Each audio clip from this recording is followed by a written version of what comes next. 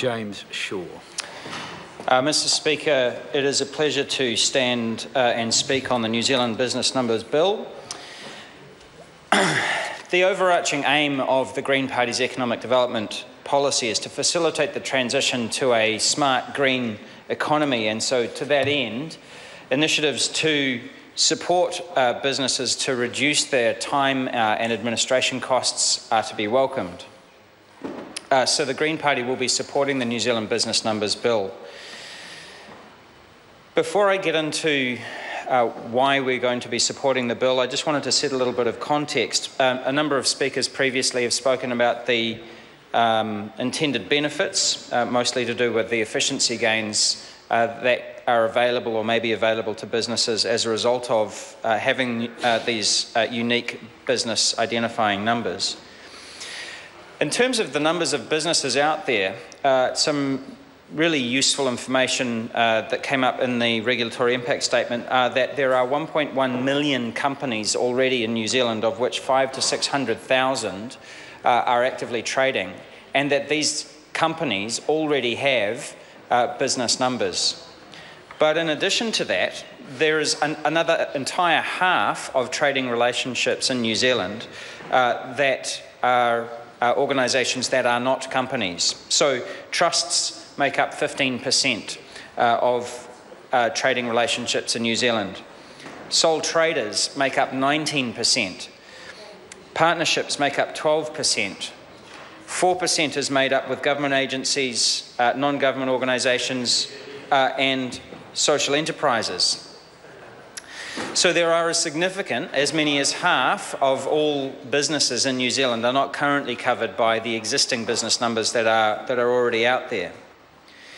And I wanted to pick up in particular on the sole traders and the freelancers, because they obviously cover a huge portion of New Zealand's business people, and in fact of our total population. So there are, by some estimates, 270,000 or so sole traders, freelancers, one-person companies, and so on. And so for those individuals, and having spent much of the last 10 years of my life as a freelancer, the administrative burden that comes when there is only you to run your business and to interact with various agencies and so on, it is significant, because every moment that's taken out of my day as a freelancer dealing with just data entry is now that I can't spend growing my business.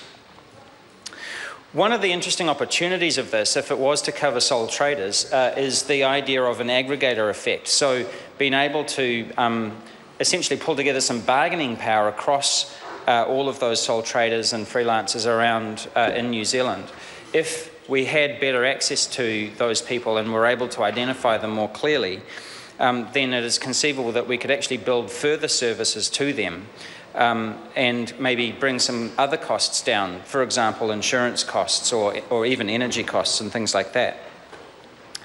It does, however, raise a question of privacy, which I'll come to in a minute, and which some other speakers have already referred to.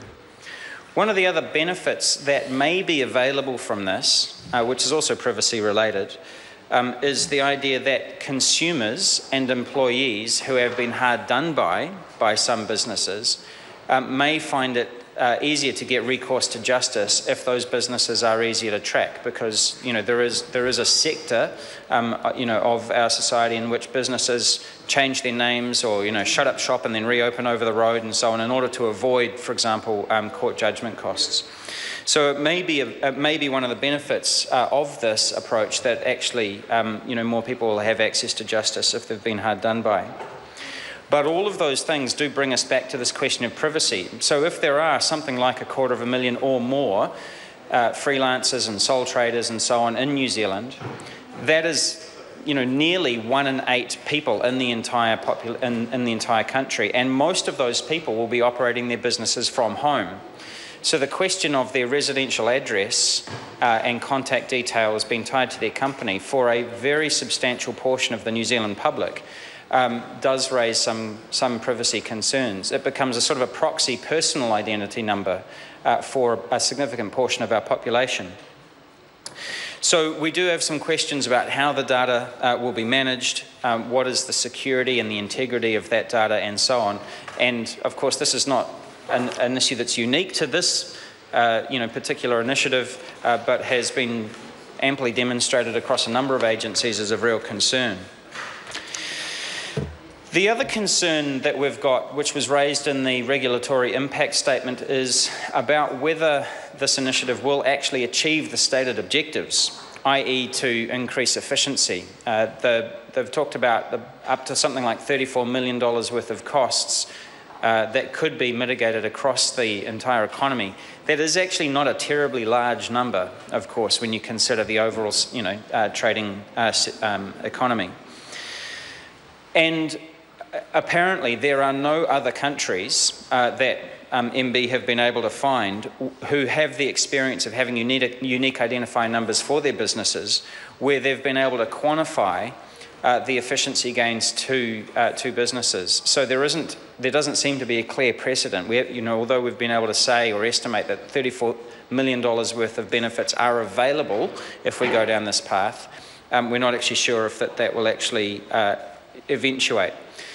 Other countries' experience does seem to say that unique identifying numbers have been good for increasing e-business services. So that will, clearly be, an increased benefit, and you can see how that will be available to businesses who are using these numbers.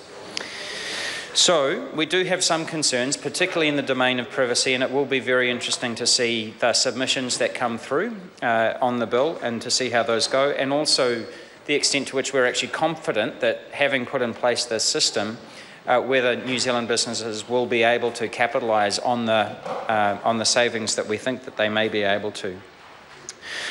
But, Mr. Speaker, as I said at the beginning of my remarks, it does seem like a very sensible initiative, pretty uncontroversial generally, and that kind of any initiative that is sensible and doesn't carry a great deal of risk, that helps to reduce costs or facilitate the reduction of administrative time for small businesses, and particularly for sole traders and freelancers, we would like to support.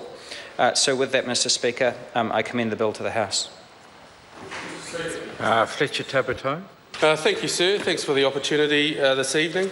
I'd like to suggest to some of the members who spoke on behalf of the government this evening that the prospective benefits of this bill shouldn't be overplayed, in that we should take this in full consideration and